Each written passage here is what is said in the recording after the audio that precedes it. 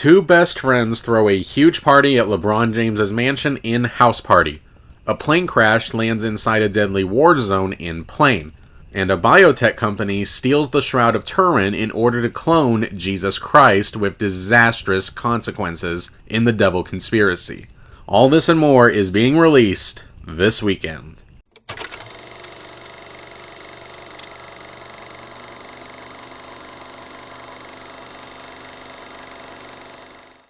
Hello guys, I am the Hick Critic here bringing you my opinions of the films that were just released. As always, keep in mind these are my own personal opinions. Feel free to check out any of the films that seem interesting to you. If you do decide to see any of the films reviewed today, make sure to comment below what you thought of it to possibly have it featured in an upcoming episode. Let's dive right in. The first film is the remake/reboot of the original 1990 cult classic House Party. A film that lacks pretty much everything that made the original so enjoyable. The film stars Tosin Cole and Jacob Latimore as two best friends who are both desperately in need of some money, especially after they both wind up losing their jobs. However, they realize that the mansion they're currently cleaning belongs to none other than LeBron James himself. So the two of them hatch a plan to throw a huge party there to hopefully make a ton of cash and maybe have a little bit of fun along the way. One of the fastest ways that you can judge if a comedy worked is based on how many times you laughed while watching it. Me personally, I chuckled a grand total of 1 time. Not laughed, chuckled. Once. Almost every single joke in this film is either a lazy pot shot, like with the rich white liberal neighbor character, something designed solely to shock without any sense of wit, like with the random mass shooting joke that never comes into play, or is just a celebrity popping up, saying something weird, and then vanishing from the story. Seriously though, this movie seems to be under the impression that just having a celebrity cameo in and of itself is qualified as a joke, given how many times it happens here. The pacing in this film is terrible. Things just happen and solutions to problems will just pop up out of nowhere. Everything about this film is just slack, stiff, and awkward. Nothing flows together in the slightest. For example, the film randomly decides to take a 15-minute detour involving a completely separate party that the two guys end up crashing, and it leads to, without getting into spoilers, some really weird stuff. Like, I'm not kidding, just try to guess what ends up happening, you're never gonna get it. And then after the scene is over, it's pretty much forgotten about for the rest of the film. And honestly, everything about this film just feels cheap. There's a koala bear that ends up playing a part in the third act, and the puppeteer and CGI work don't even look remotely convincing. And not in a cute or charming way, like legitimately, there are shots where it looks and feels like a stuffed animal. And the party scenes don't even seem that chaotic or energized, so there's no sense of infectious fun, which was one of the things that the original film had going for it. But probably the biggest problem with this film is that the two main characters are just flat out unlikable. These two guys come across as the kind of dudes that would win the lottery and then be flat broke in a month. Damon in particular is just so lazy, so selfish, and so lacking in self-control that I legitimately have no idea why Kevin hangs around him. And I know that he's supposed to undergo some character development, but you need to give us something to endear us to him as a character, and they don't. This is a pretty terrible film.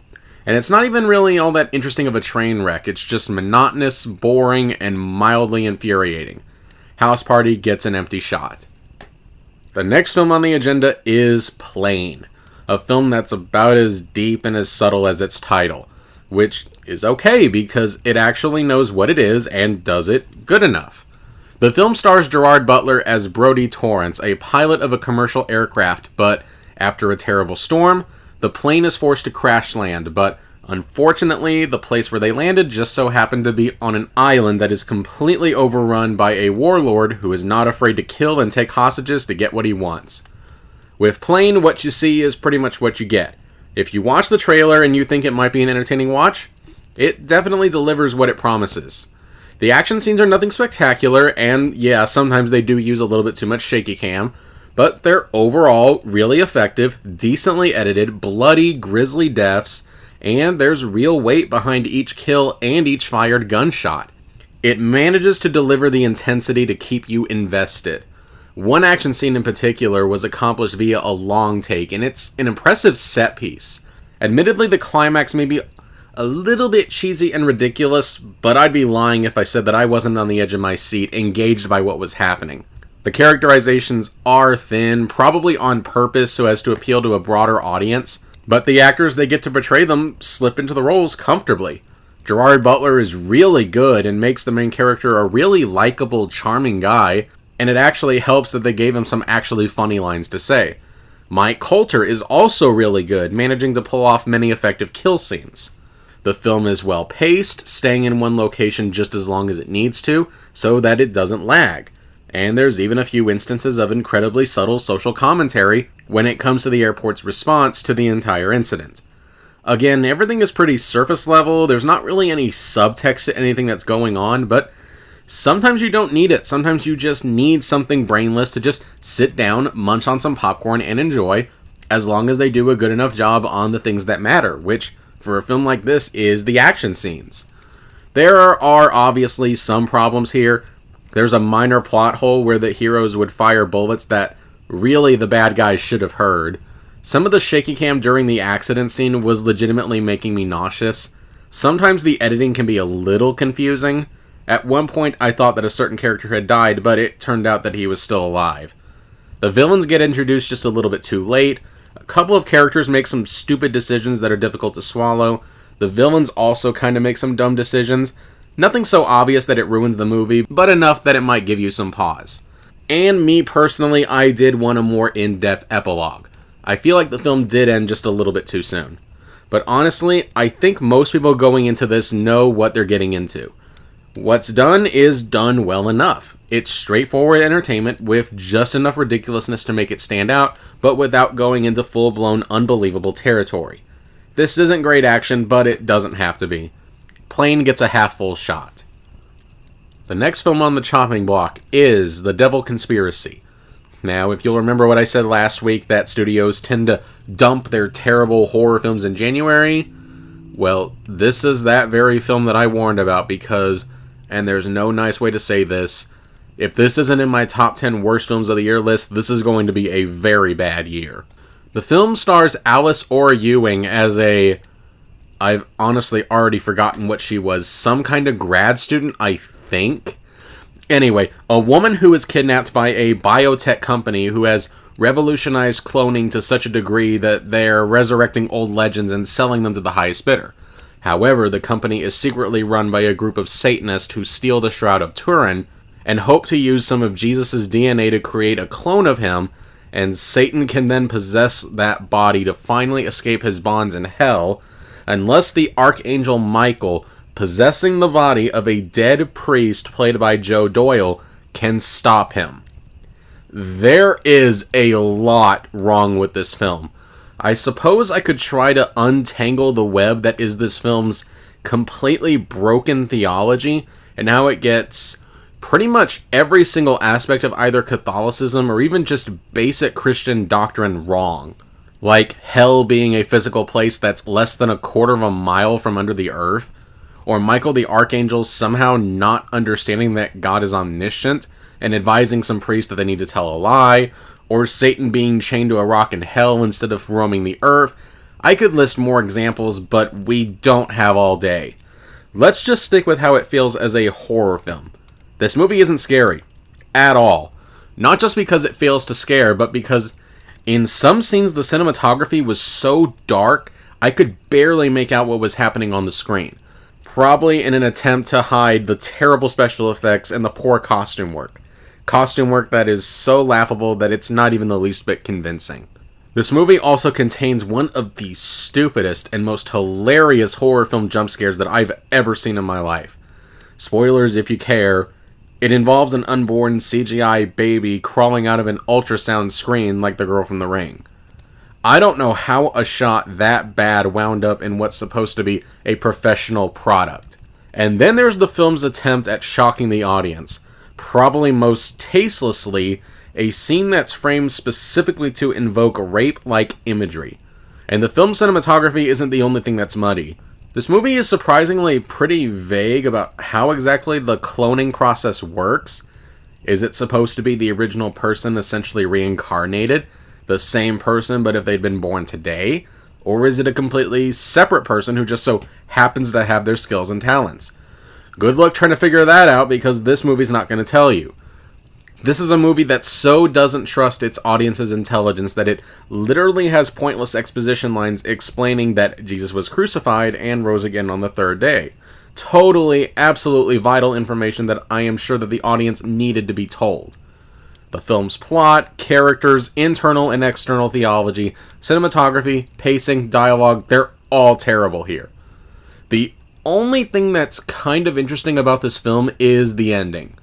The ultimate conclusion and payoff to this film is actually kind of clever. Kind of similar to how Raiders of the Lost Ark ended. In fact, I genuinely think that they came up with the basic premise and ending first, and then tried to work their way backwards, but they had no idea how to get to that point. In fact, the good ending actually kind of makes me hate the rest of the film even more, because you wish that the smart idea was actually put into a better script. Maybe if they'd gotten someone like Ted Dekker or Frank Peretti to write the screenplay, two guys that actually have experience writing religious horror stories, maybe this could have been salvageable, at least into something watchable. But as is, this is the most nonsensical religious-themed horror film I've seen since Legion. The Devil Conspiracy, unsurprisingly, gets an empty shot. Next up is the new Netflix family film, Doggone. Another film that seems designed to appeal specifically to dog lovers. But if you're wondering how it compares to films like Marley and Me, My Dog Skip, or Homeward Bound, this comes up quite short. Inspired by a true story, the film stars Johnny Berchtold as Fielding, a new college graduate who moves back in with his parents, played by Rob Lowe and Kimberly Williams Paisley, with his new beloved pet dog Gonker. And although his relationship with his parents is estranged, even they start to endear themselves to the pet. However, when Gonker gets lost on the Appalachian Trail, Fielding and his father walk up and down the trail looking for him, and maybe, along the way, might even repair their strained relationship with each other. There are, of course, a lot of films about lost dogs or lost pets. I've mentioned one already. But they usually had some kind of hook to make them stand out. But I can't really say that this one does. The only noteworthy thing is that the dog has Addison's disease, and so he needs to be found quickly in order to give him treatment for his condition. So there is kind of a ticking clock. But that aspect didn't feel particularly well utilized. You don't really feel the sense of urgency that there's only a limited time to find him. Now, there are a few decent scenes sprinkled in here and there. Like one scene where Rob Lowe comforts Gonker, who's hiding under the bed during a storm. And I actually did like the mother character quite a bit.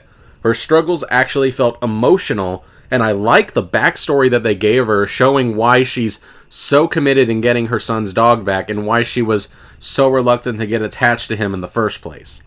Aside from a really stupid scene where a couple of drunk guys pick a fight with the main characters at a bar, and the fact that the sister character feels completely pointless, I wouldn't say that this is a film that makes that many mistakes.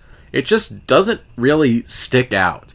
The directing and acting are all standard, and the screenplay is definitely crafted by someone who knows how to structure a story, but this is likely a film that's not going to linger long in my memory. One thing that's particularly jarring for a supposed film about a lost dog is that we don't actually see a lot of the lost dog. The film will very occasionally cut back to a shot of him just walking in the woods, but that's not really enough. I would have liked to have seen more of Gonker out in the wild, maybe struggling to catch some food or running into some kind of dangerous wild animals, that kind of thing. A lot of this film is just the family explaining that they lost their dog, and the person will then recount their own stories about their own dogs, and then they'll promise to keep an eye out for them. And as a formula, that does get kind of repetitive. If you're a dog person, I guess this isn't a bad one to check out. I mean, it's passable and competent enough and inoffensive enough. It's not an awful film, but it doesn't come anywhere close to hitting the emotional gravitas of the best dog films. Doggone gets a half-empty shot. The final film tonight is the new neo-noir Dormouse, a film that tries its hardest to capture the feel of a dirty, dingy comic, but is nowhere near as intelligent as it thinks it is. The film stars Holly Law as Mouse, a burlesque dancer who has aspirations of becoming a comic book artist. But after one of her fellow burlesque dancers goes missing unexpectedly, she vows to search for her even as she wiggles her way and gets herself entangled into the underbelly of a dark underworld that she barely understands, and only gets more and more dangerous the deeper she gets. The film is the feature-length directorial debut of Ivan Hogia from Zombieland 2 fame. And if there's one positive that I can say about this, is that he definitely has potential as a filmmaker. The film actually does do a good job of looking like a dirty neo-noir comic come to life.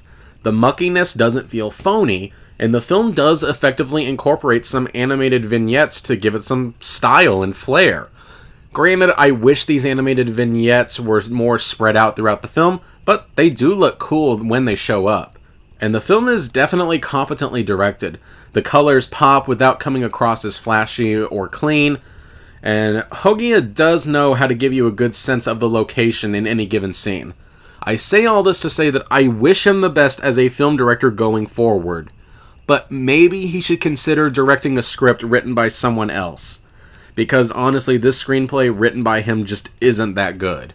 The dialogue in particular is appalling. Like, some of the worst that I've seen in a while. They're either desperately trying to emulate Raymond Chandler's hard-boiled prose and failing miserably, inane repetitive drivel, or comments about social commentary, particularly anti-capitalism, that feels so out of place that it comes across like a frantic attempt to sound smart. The film initially had my attention enough, mostly due to the film's neo-noir look, but as the film progressed and the lack of anything substantive actually happening, it just kept losing my interest. The mystery wasn't engaging, there was no sense of urgency, the characters don't feel well defined or memorable, and none of the plot pieces really fit together. Like a real Dormouse, the pacing in this is very jumpy. Sometimes the story moves too slow at such a sluggish pace, or it goes by way too quick, almost as if it's trying to play catch up with itself. And at the end of the day, the only thing that it leads to is a simplistic, most people are bad, especially rich people message. Okay, does it actually have anything interesting or compelling to say about that? Because this movie is composed as if it has a point to make about that, but instead it just gives an apathetic, nihilistic shrug to the whole thing that just makes you go, why bother? A good look cannot carry a movie all on its own, and this is a prime example of that. I really wanted this film to be better than it actually was, but I couldn't help but walk away feeling disappointed. Dormouse gets an empty shot. And now here's a quick recap of what I thought of the films reviewed for the week of January 13th, 2023. An empty shot for House Party, a lazy, uninspired cash grab that is completely lacking in energy and cohesion. The film is currently in wide release. A half-full shot for Plane, an engaging and entertaining action thriller if you're willing to overlook the simplistic characters. The film is currently in wide release.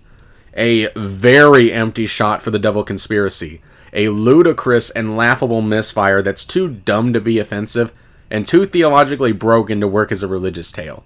The film is currently in wide release. A half-empty shot for Doggone, a well-intentioned but ultimately flat boy and his dog film that could have benefited from actually showing the struggles of the lost dog. The film is currently available for streaming on Netflix. And finally, an empty shot for Dormouse. I did like the look of the film at times, but not really the story or the characters or the mystery. The film is currently available on VOD and as a limited release in theaters. So, of the bunch, easily the best is Plane. It's by a wide margin the most fun that I had in the theaters this weekend. Or you could just check out Megan or Puss in Boots 2 if you haven't gotten around to seeing either of those yet. And remember, if you want to see my early thoughts of any film that I watch, or to read more of my reviews, make sure to check out my Letterboxd account. The link to that is in the description below. That's it for now. Next time, Storm Reid uses the internet to look for her vanished mother in Missing, and women in a Mennonite community grapple with a harsh reality over what several men in the community have been doing to them for years in Women Talking. Make sure that you're subscribed so that you don't miss any upcoming episodes. Have a good day, and I'll see you next weekend.